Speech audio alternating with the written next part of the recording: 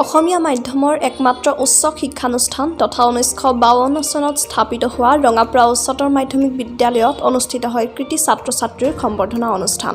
High school শিক্ষান্ত পৰীক্ষা আৰু উচ্চতৰ মাধ্যমিক চূড়ান্ত পৰীক্ষাত ৰঙাপাৰা উচ্চতৰ মাধ্যমিক বিদ্যালয়ৰ পৰীক্ষা কেন্দ্ৰৰ পৰা প্ৰথম বিভাগত উত্তীৰ্ণ হোৱা ছাত্ৰ-ছাত্ৰীসকলক ফুলাম গামোচা, অভিনন্দন পত্ৰ আৰু কিতাপৰ টোপোলাৰে অভিনন্দন জনায়।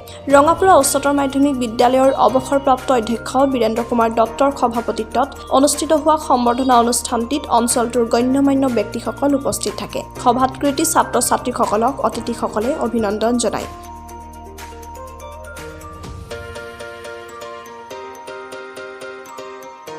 ছাত্ৰ-ছাত্ৰীৰ লগত আমি ২৭ বছৰৰ ওতঃপ্ৰোতভাৱে জড়িত হৈ আছো। অংকুৰ বিজ্ঞান জাতীয় বিদ্যালয়ৰ সঞ্চালিকা বুলি তোমালোকে জানা, মাষ্টৰণী বুলি জানা, আৰু মই মাষ্টৰণী ধৰিলা। গতিকে মোৰ মৰমৰ ছাত্ৰ-ছাত্ৰীসকলক সৰুৰ পৰাই মই ডাঙৰ দীঘল কৰিছো, বহুতৰ শিলগুটিও খাইছো, কোনোবাই পেচাব কৰিও দিছে গাত। এতিয়া মই ইমান নাচাওঁ, কিন্তু সৰু মই আগতে কিন্তু বহুত ল'ৰা ছোৱালীক এনেকে মৰম কৰিছো। মই ছাত্ৰ-ছাত্ৰীসকলক উদ্দেশ্য কৰি কওঁ যে ছাত্ৰ-ছাত্ৰীসকলে স্কুললৈ আহে, স্কুললৈ আহি পেলাই কি কৰিবলৈ আহে সেইটো প্ৰথম ধ্যান দিয়া উচিত।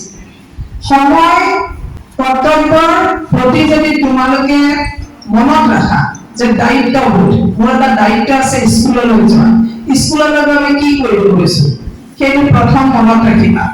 জীৱনত যিকোনো কাম কৰি খাব পাৰিবা, কিন্তু দায়িত্ব আৰু কৰ্তব্য আৰু সময়ৰ প্ৰতি ধ্যান নিদিলে জীৱনত একো কৰিব নোৱাৰিবা।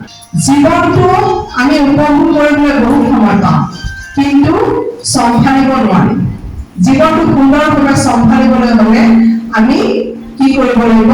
সময় আৰু দায়িত্ববোধ, কৰ্তব্যৰ প্ৰতি মন দিব লাগিব। আমি কেৱল ভাবি থাকিলে নহ'ব। এতিয়া ধৰি আমি কৃতিত্বমান সকললৈ শুভেচ্ছা যাচিছো, আন্তৰিক আশীৰ্বাদ জনাইছো, কিন্তু এটা কথা কওঁ, 10ম শ্ৰেণী পাছ কৰিলো, আমি বিদ্যালয় এখন এৰি থৈ গলো, আমি সেই বিদ্যালয়খনলৈ পিঠি দিলে নহ'ব। সেই বিদ্যালয়খনৰ পৰা আৰু পিছৰ বছৰত কি ৰিজাল্ট কৰিছে, আমাৰ ৰিজাল্টে তেওঁলোকক কিমান আগুৱাই দিছে, সেইটো এটা তেওঁলোকৰ কিন্তু দায়িত্ব আছে। প্ৰতিষ্ঠা লাভ কৰিবলৈ হ'লে এজন সহজ মানুহ হ'ব লাগিব, ডাঙৰক জ্যেষ্ঠজনক সন্মান কৰিব লাগিব, সৰুক মৰম কৰিব লাগিব, আৰু বন্ধু বান্ধৱীৰ লগত সৎ উপদেশ বা মিলা প্ৰীতিৰে আগবাঢ়িব লাগিব। জীৱনটো আজিকালি ইমান সহজ নহয়, জটিল। গতিকে জটিলতাৰ পৰা হাত সাৰিবৰ কাৰণে নিজক বচাব লাগিব। কেন্দ্ৰৰ অন্তৰ্গত থকা যিবিলাক বিদ্যালয়ৰ ছাত্ৰ-ছাত্ৰীসকলক শিক্ষাগুৰুসকলে যি শিক্ষা দিছিলে তাৰ প্ৰতিফলন আজি আমি দেখিবলৈ পাইছো। গতিকে সেই প্ৰতিফলন যাতে সদায় প্ৰচুৰ মাত্ৰাত হয় তাৰ কাৰণে আমি সদায় কামনা কৰোঁ। মোৰ মৰমৰ ছাত্ৰ-ছাত্ৰীসকলক উদ্দেশ্য কৰি এই কথাবোৰ ক'ব বিচাৰিছো। আচলতে আমি পঢ়া শুনা কৰাৰ ভিতৰত সকলোৱে পঢ়ো, কিন্তু কেইজনমানে খুব ভাল ৰিজাল্ট কৰে, কেইজনমানে নোৱাৰে কৰিব। আৰু নোৱাৰাৰ কাৰণটো আমি কিন্তু নিজে বিশ্লেষণ কৰি নাচাওঁ। আচলতে আমাৰ যি বয়স, এই বয়সত আমাৰ শিক্ষাৰ ক্ষেত্ৰত আমি এটা নতুন সাইকোলজিকেল মানসিক উপমস্থাৰ ফালৰ পৰা অধ্যয়ন পাইছো যে ছাত্ৰ-ছাত্ৰীসকলে এই বয়সত নিজে বিচাৰ কৰি ভাল আৰু বেয়া চিনাক্ত কৰিব পাৰে। যিসকল ক্লাছ 9, 10, 11, 12 ক্লাছত থাকে তেওঁলোকৰ এই ক্ষমতাটো লাভ কৰে। আজি আমি ৰঙাপাৰা উচ্চতৰ মাধ্যমিক বিদ্যালয় হাইস্কুল পৰীক্ষা কেন্দ্ৰ আৰু উচ্চতৰ মাধ্যমিক চূড়ান্ত পৰীক্ষা কেন্দ্ৰ দুইটাই যিহেতু কেন্দ্ৰ আমাৰ বিদ্যালয়ত আছে, আমি দুইটা কেন্দ্ৰৰ তৰফৰ পৰা এখন অভিনন্দন অনুষ্ঠান আজি আয়োজিত কৰোঁ।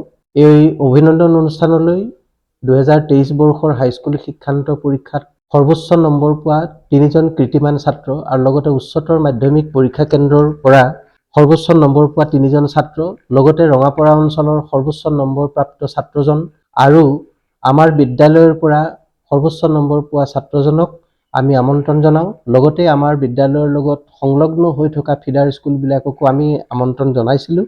লগতে ৰঙাপাৰাৰ বিদ্যানুৰাগী বিশিষ্ট ব্যক্তিসকলক আমি আমন্ত্ৰণ জনাইছিলোঁ। আৰু আমাৰ মাজত উপস্থিত আছিল আমাৰ শ্ৰদ্ধাৰ প্ৰাথমিক খণ্ড শিক্ষা বিষয়া শ্ৰীযুত মনীষ ঠাকুৰদেৱ, বিশিষ্ট ব্যক্তিসকলো আমাৰ মাজত উপস্থিত আছিল। সকলোৰে সহযোগিতাত আজি অতি সুন্দৰভাৱে অভিনন্দন অনুষ্ঠানটি সম্পূৰ্ণ হৈ যায়। এই অভিনন্দন অনুষ্ঠানত আমি হাইস্কুল শিক্ষান্ত পৰীক্ষাত সৰ্বোচ্চ নম্বৰ পোৱা আমাৰ স্থানীয় চেণ্ট পল ইংলিছ স্কুলৰ 3জন কৃতিমান ছাত্ৰক সম্বৰ্ধনা জনোৱা হয়। লগতে ৰঙাপাৰা অঞ্চলৰ সৰ্বোচ্চ নম্বৰপ্ৰাপ্ত ছাত্ৰ চিন্ময় নাথক বিশেষভাৱে সম্বৰ্ধনা জনোৱা হয়। লগতে আমাৰ উচ্চতৰ মাধ্যমিক চূড়ান্ত পৰীক্ষাত সৰ্বোচ্চ নম্বৰপ্ৰাপ্ত 3জন ছাত্ৰ-ছাত্ৰী আমাৰ কেন্দ্ৰৰ পৰা তেওঁলোকক সম্বৰ্ধনা জনোৱা হয়। আৰু লগতে হাইস্কুল শিক্ষান্ত পৰীক্ষাত ৰঙাপাৰা উচ্চতৰ মাধ্যমিক বিদ্যালয়ৰ পৰা সৰ্বোচ্চ নম্বৰপ্ৰাপ্ত আদেশ কৰ্মকাৰ নামৰ ছাত্ৰজনক সম্বৰ্ধনা জনোৱা হয়। আমি ৰঙাপাৰা উচ্চতৰ মাধ্যমিক বিদ্যালয় পৰীক্ষা কেন্দ্ৰই সদায়ে প্ৰচেষ্টা ৰাখিছোঁ যে আমাৰ এই কেন্দ্ৰৰ বিদ্যালয়ৰ ফলাফল ভালৰ পৰা ক্ৰমান্বয়ে ভাললৈ যাওক। গতিকে সেই সকলো ব্যক্তিলৈকে আমাৰ বিদ্যালয় কেন্দ্ৰৰ তৰফৰ পৰা আমি ধন্যবাদ জ্ঞাপন কৰিছোঁ। আমাৰ হায়াৰ ছেকেণ্ডেৰীৰ পৰীক্ষাত আমাৰ ৰঙাপাৰা উচ্চতৰ মাধ্যমিক বিদ্যালয়ৰ 180জন ছাত্ৰ-ছাত্ৰী আছিলে, 105জনে তাৰ ভিতৰত পাছ কৰিলে। তাৰপিছতে বৰজুলি হায়াৰ ছেকেণ্ডেৰী স্কুলো আমাৰ লগত সংলগ্ন হৈ আছে, তেওঁলোকৰ 95জন ছাত্ৰ-ছাত্ৰীয়ে পৰীক্ষা দিছিলে, তাৰে ভিতৰত 71জনে পাছ কৰিছে।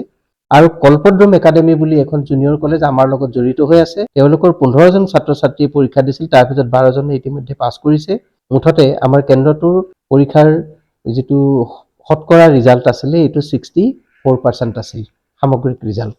তাৰপিছতে আমাৰ হাইস্কুল শিক্ষান্ত পৰীক্ষাত যিবিলাক বিদ্যালয়ে আমাৰ পৰীক্ষা কেন্দ্ৰৰ পৰা পৰীক্ষা দিছিল সেই সকল বিদ্যালয়ৰ প্ৰথমতে আছিল ৰঙাপাৰা উচ্চতৰ মাধ্যমিক বিদ্যালয়। আমাৰ 176জনে পৰীক্ষাত অৱতীৰ্ণ হৈ 138জনে পাছ কৰিলে। চেণ্ট পল ইংলিছ স্কুলৰ 100জনে পৰীক্ষাত অৱতীৰ্ণ হৈ 98জনে পাছ কৰিলে। অংকুৰ বিকাশ জাতীয় বিদ্যালয়ৰ পৰা 28জনে অৱতীৰ্ণ হৈ 26জনে উত্তীৰ্ণ হ'ল। হলি কিডছ পাব্লিক স্কুলৰ 22জনে অৱতীৰ্ণ হৈছিল, 22জনেই পাছ কৰিছে। ৰঙাপাৰা বালিকা বিদ্যালয়ৰ পৰা 44জনে অৱতীৰ্ণ হৈ 30জনে পাছ কৰিছে। কস্তুৰবা বালিকা বিদ্যালয়ৰ পৰা 16জনে অৱতীৰ্ণ হৈ 16জনেই পাছ কৰিছে। ৰঘুনাথপুৰ হাইস্কুলৰ পৰা 49জন অৱতীৰ্ণ হৈ তাৰে ভিতৰত 30জন তেওঁলোকৰ পৰা পাছ কৰিছে। তাৰপিছত বৰজুলি হাইস্কুলৰ 145জনৰ ভিতৰত 94জন পাছ কৰিছে। উৰহিলগা হাইস্কুলৰ পৰা 41জনৰ ভিতৰত 40জনে পাছ কৰিছে। হাইস্কুল এই দুইখন আমাৰ বিদ্যালয়ৰ পৰাই পৰীক্ষা দিয়ে, তেওঁলোকে স্বীকৃতপ্ৰাপ্ত স্কুল নহয় বাবে আমাৰ বিদ্যালয়ৰ লগতে তেওঁলোকৰ ৰেজিষ্ট্ৰেশ্যন সংলগ্ন হৈ আছে। তথাপি তেওঁলোকৰ 69জনে পৰীক্ষা দি 36জনে পাছ কৰিছে।